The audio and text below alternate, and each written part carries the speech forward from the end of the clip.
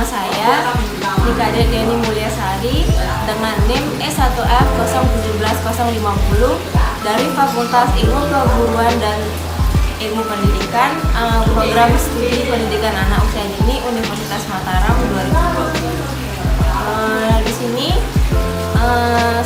saya akan melaporkan laporan lengkap hasil observasi dan telaah teoritik standar dalam pengelolaan PAUD di Raidatul Atfalah At-Tahib, yang dimana yang pertama saya akan membacakan beberapa kajian teoritik yang sudah kami buat. Pertama, ada standar dalam pengelolaan, yaitu di mana kurikulum adalah seperangkat mata pelajaran dan program pendidikan yang diberikan oleh suatu lembaga penyelenggaraan pendidikan yang berisi rancangan pembelajaran yang akan diberikan kepada peserta dalam satu periode jenjang pendidikan. Dari standar isi yaitu kriteria mengenai ruang lingkup materi dan tingkat kompetensi untuk mencapai lulusan pada jenjang dan jenis pendidikan tertentu, di mana ruang lingkupnya materi dirumuskan berdasarkan kriteria muatan wajib yang ditetapkan sesuai dengan ketentuan peraturan. Selanjutnya ada perencanaan, di mana perencanaan itu merupakan proses penentuan apa yang harus dilakukan oleh perusahaan dan bagaimana cara terbaik untuk melakukan hal tersebut. Selanjutnya ada standar pembiayaan. Yang dimaksud dari standar pembiayaan ialah pembiayaan umum yang diperlukan sebuah satuan pendidikan agar dapat melaksanakan kegiatan pendidikan selama 1 tahun. Selanjutnya yaitu ada kerangka berpikir dari kami untuk membuat hasil laporan ini, di mana menurut kami bentuk pengelolaan dan perencanaan suatu lembaga PAUD salah satu upaya memaksimalkan bakat, potensi, kecerdasan, dan kreativitas anak ialah dengan menyertakan dalam kegiatan sekolah anak usia dini tersebut, di mana yang dilakukan harusnya lebih sedini mungkin anak diasah untuk bersikap disiplin, bertanggung jawab, berjiwa sosial, kreatif, inovatif, penuh dedikasi, menjalankan program, dan lain-lain. Dalam metode yang tepat, kurikulum bagus dan lembaga fit niscaya anak lebih mampu berkembang dengan baik dibandingkan mereka yang tidak diasah melalui program PAUD tersebut, yang dimana mengelola pendidikan bukanlah mengelola sebuah tempat usaha barang, melainkan mengelola sumber daya manusia yang memiliki keunikan masing-masing orang yang berbeda. Untuk ini dibutuhkan formula yang tepat dalam mengatur segala masalah dan manajemen pendidikan anak usia dini. Pengelolaan PAUD selama ini terlalu banyak seninya dibandingkan dengan ilmu, sehingga gaya manajemen yang dilakukan lebih bersifat trial dan error. Untuk hasil data standar pengelolaan di RAN Tahsib ini, di mana yang pertama standar tingkat pencapaian perkembangan anak dari hasil pengamatan yang sudah kami lakukan di TK tersebut memang memiliki dokumen pencapaian perkembangan anak yang terdiri dari 6 aspek tersebut. Hal ini dibuktikan dengan adanya dokumen pada setiap kegiatan yang dilakukan di RA dan adanya catatan harian atau catatan anekdot yang dimiliki oleh bu guru di sekolah tersebut. Selanjutnya untuk tingkat pencapaian perkembangan anak usia kelompok, dari hasil yang kami peroleh di sekolah tersebut sudah memiliki dokumen pencapaian yang berdasarkan usia 48-60 bulan dan 60-72 bulan, di mana hal tersebut dapat dilihat dari data-data yang sudah kami lihat di sekolah tersebut dari hasil observasi yang sudah kami lakukan. Selanjutnya untuk argumentasi pencapaian perkembangan pada proses hasil pembelajaran yang sudah dilakukan di sekolah tersebut, dari tahapan-tahapan hasil perkembangan anak, biasanya guru-guru tersebut sudah memiliki video atau dokumentasi foto yang dilakukan setiap pembelajaran yang harus ditempuh pada perkembangan anak usia tersebut. Untuk standar isi dari struktur kurikulumnya, di sekolah tersebut memiliki kurikulum yang Operasional mencakup seluruh aspek perkembangannya, yang disebut yaitu 6 aspek perkembangan yang ada di PAUD. Dalam kelompok struktur kurikulum dilanjutkan dengan peninjauan kurikulum, yaitu sudah ada di dalam acuan kurikulum tersebut. Selanjutnya lingkup materi, ada layanan menurut anak usia yang sudah dikelompokkan, di mana kelompok 2-4 tahun, 4-5 tahun, 5-6 tahun itu di sekolah tersebut memberikan pelayanan proses pembelajaran ajar peserta anak usia dini 2-4 tahun dan 5-4 tahun itu dikelompokkan dengan proses pembelajaran ruangan yang berbeda.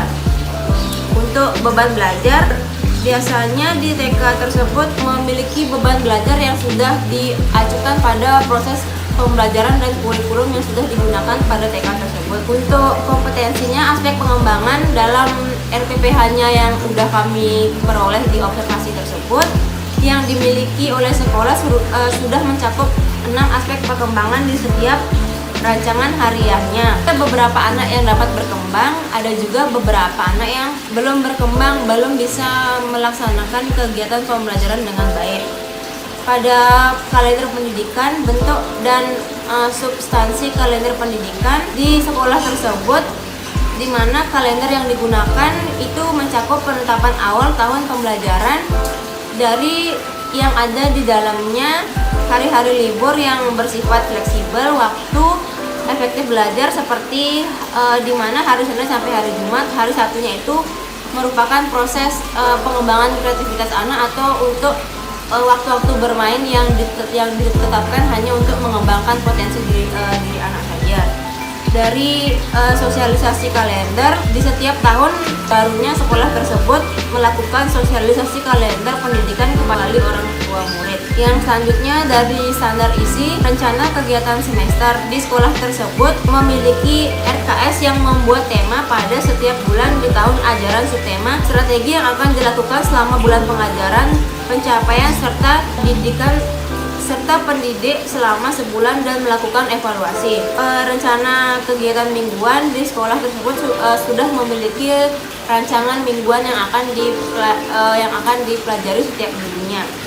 Selanjutnya untuk rencana kegiatan harian, di dalamnya berisi tanggal, bulan, dan tahun.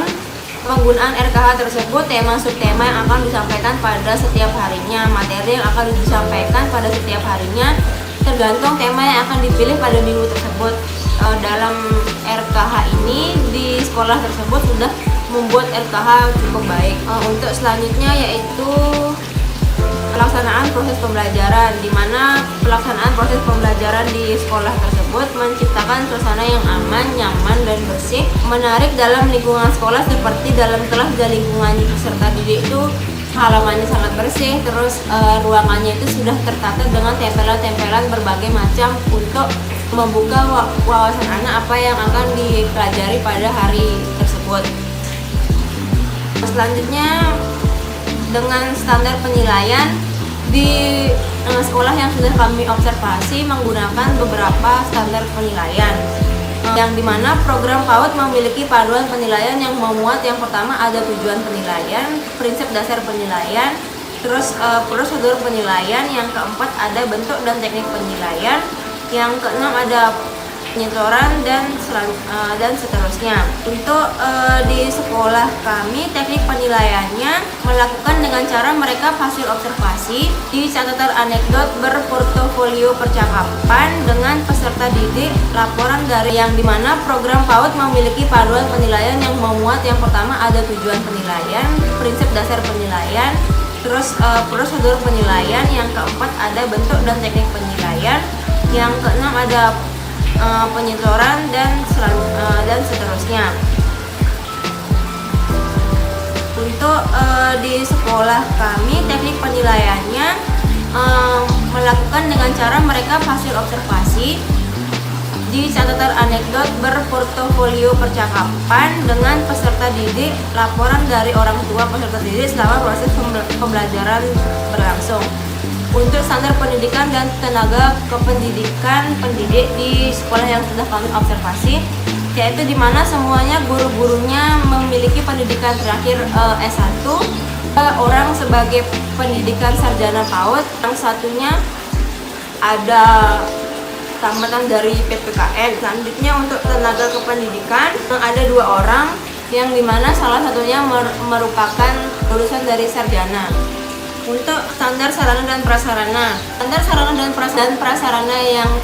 yang kami sudah lihat di hasil observasi di TK tersebut sudah memiliki standar sarana prasarana yang memungkinkan untuk membantu anak dalam proses pembelajaran, tetapi masih saja kurang, misalkan pada alat-alat permainan outdoor, yang dimana permainan tersebut masih banyak yang sudah rusak karena kurangnya pemeliharaan pada alat tersebut. Untuk yang selanjutnya yaitu standar pembiayaan, di mana standar pembiayaan di sekolah yang kami observasi ini sudah sangat bagus. Pendataannya itu untuk yang nanti diminta pada saat hari di mana akreditasi itu sudah terbukukan dengan baik. Untuk selanjutnya standar pengelolaan perencanaan, di sini ada visi dan misi dan tujuan. PAUD yang kami observasi sudah memiliki visi dan misi dan tujuan sekolah yang menciptakan anak tersebut menjadi lebih aktif dalam berkembangnya dan lebih bagus perkembangan tingkat pencapaian perkembangan anak. Untuk selanjutnya akan saya bacakan yaitu kesimpulan serta permasalahan dan usulan terkait 8 standar pendidikan di Datul Alfa At-Tahsib. Yang pertama, profil sekolahnya telah melaksanakan kegiatan pembelajaran sejak berdirinya sekolah tersebut hingga saat ini dengan baik. Sekolah yang berlokasi di Desa Gunung Sari, di sekitarnya masih banyak anak yang berusia 45 tahun yang membutuhkan tempat untuk melakukan kegiatan proses belajar mengajar dan bermain, sehingga keberadaan sekolah ini masih sangat dibutuhkan keberadaan sekolah PAUD yang lainnya. Untuk selanjutnya keadaan sekolah yang saya observasi, keadaan sekolah sudah cukup baik sebagai tempat belajar dengan bangunan memiliki gedung sendiri, tetapi halaman bangunan yang kecil membuat kurangnya anak bisa bermain dengan leluasa. Suasana kondusif dalam artian baik dan mendukung sebagai proses belajar yang tenang dan aman. Tetapi sarana untuk bermain masih sangat kurang. Ada juga beberapa yang mengalami kerusakan karena kurang dipelihara dengan baik.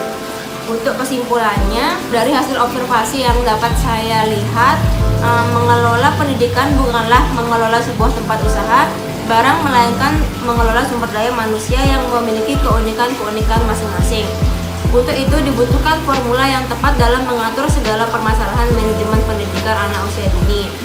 Dari itu harus banyaklah kita sebagai guru-guru pendidik untuk melihat bagaimana situasi sekolah-sekolah yang ada di sekitaran kita untuk dijadikan sekolah-sekolah yang lebih baik dari sebelumnya. Ya, terima kasih. Sekian yang dapat saya sampaikan dari laporan hasil pengelolaan PAUD yang sudah kami observasi. Jika ada salah kata, mohon dimaafkan.